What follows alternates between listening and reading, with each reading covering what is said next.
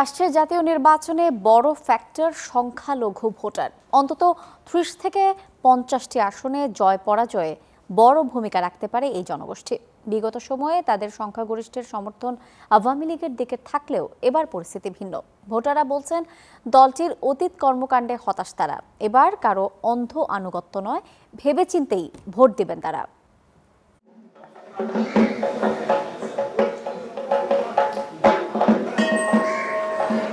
বহু ধর্ম ও সংস্কৃতির দেশ বাংলাদেশ, যেখানে মুসলিম, হিন্দু, বৌদ্ধ, খ্রিস্টান সহ বিভিন্ন সম্প্রদায়ের মানুষের মধ্যে পারস্পরিক সহাবস্থান, সম্প্রীতি।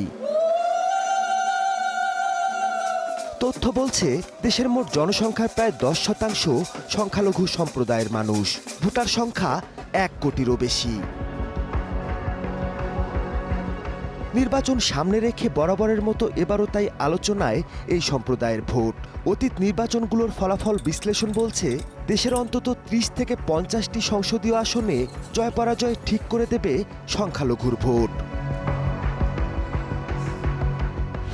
মূলত দেশের দক্ষিণ পশ্চিমাঞ্চলের খুলনা, সাতক্ষীরা, উত্তরাঞ্চলের দিনাজপুর, ঠাকুরগাঁও সহ বেশ কিছু এলাকায় সংখ্যালঘু ভোটার ২০ থেকে ৪০% পর্যন্ত। এছাড়া পার্বত্য ৩ জেলায় ক্ষুদ্র নৃগোষ্ঠীর ভোটাররাই ফলাফল নির্ধারক। বিগত দুটি নির্বাচনে ১৮ জন করে সংখ্যালঘু সদস্য নির্বাচিত হলেও এবার সেই সংখ্যা কমতে পারে। আওয়ামী লীগের দীর্ঘ শাসনামল নিয়ে সংখ্যালঘু সম্প্রদায়ের মনে তীব্র হতাশা, অসন্তোষ, নির্যাতন সহ নানা তিক্ত অভিজ্ঞতায় তাদের মনে এবার নতুন ভাবনা। ধর্মান্ধরা যারা ধর্মের নামে উচ্ছৃঙ্খলামি করে তারাই করে এগুলি।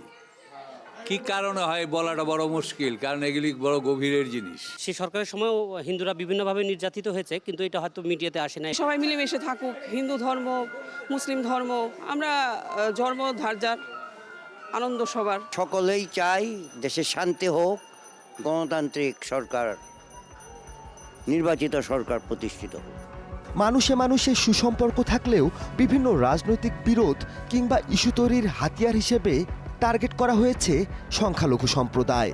তাই ভিন্ন ধর্মীয় সম্প্রদায়ের জন্য রাজনৈতিক দলগুলোর পরিকল্পনা দেখে এবার ভোট দেবেন সংখ্যালঘুরা। সব একসাথে থাকবো, একসাথে ইলেকশন হবে, সেটা আমরা প্রত্যাশা করি। নির্বাচন যেরকম সুষ্ঠু হোক সেটাও চাই, নির্বাচনের আগে এবং পরে আমাদের আশেপাশের পরিবেশও যেরকম সুষ্ঠু, সুন্দর, শান্ত থাকে সেটাও আমাদের প্রত্যাশা। সংখ্যালঘু নেতারা বলছেন রাজনীতিতে নীরব দর্শক নন তারা। দল আর প্রার্থী নিয়ে বিভিন্ন আসনে ভেতরে ভেতরে চলছে নানা হিসেব নিকেশ। আওয়ামী লীগ ক্ষমতায় থাকার জন্য বিভিন্ন সময় হিন্দু সম্প্রদায়ের এক গ্রামকে গ্রাম জ্বালিয়ে দিত, জ্বালিয়ে দিয়ে তারা প্রমাণ করার চেষ্টা করতো যে বাংলাদেশে মৌলবাদের বেড়ে যাচ্ছে। কোনো রাজনৈতিক দলই এখন এই মাইনরিটিদের ব্যাপারে কোনো প্রতিশ্রুতি দেয় নাই। ধর্মবর্ণ মানুষেরা নানা দিকে তাদের অসন্তোষের কথা বলছে। এগুলো যাতে না থাকে, বর্তমান সরকার কিন্তু এগুলোতে যারা আসবে আমার মনে হয় তারা আমার মনে কনসার্ন, এবং আমাদের একটা প্রতিনিধিত্ব আমরাও কিন্তু এখন চাইব আমরা ঘুরে দাঁড়াবো।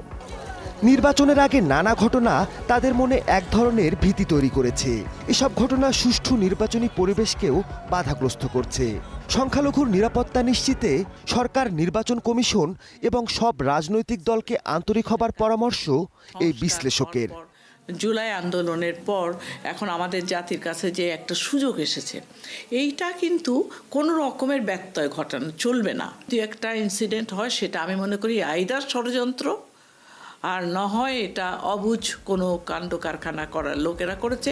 সব মিলিয়ে এবারের জাতীয় নির্বাচন হবে রাজনৈতিক দলগুলোর জন্য সংখ্যালঘুদের আস্থা অর্জনের এক অগ্নি পরীক্ষা। সাম্প্রদায়িক সম্প্রীতির বাংলাদেশে শুধুমাত্র রাজনৈতিক কারণেই বারবার প্রতিহিংসার শিকার হয়েছেন সংখ্যালঘু জনগোষ্ঠী। তবে এবার ভিন্ন প্রেক্ষাপটের নির্বাচনে এর স্থায়ী সমাধান চান তারা। তারা বলছেন এমন দলকেই তারা ভোট দেবেন যারা সত্যিকার অর্থেই তাদের কমিউনিটির নিরাপত্তা নিশ্চিত করবে। Mahmudul Hasan, star news, Dhaka.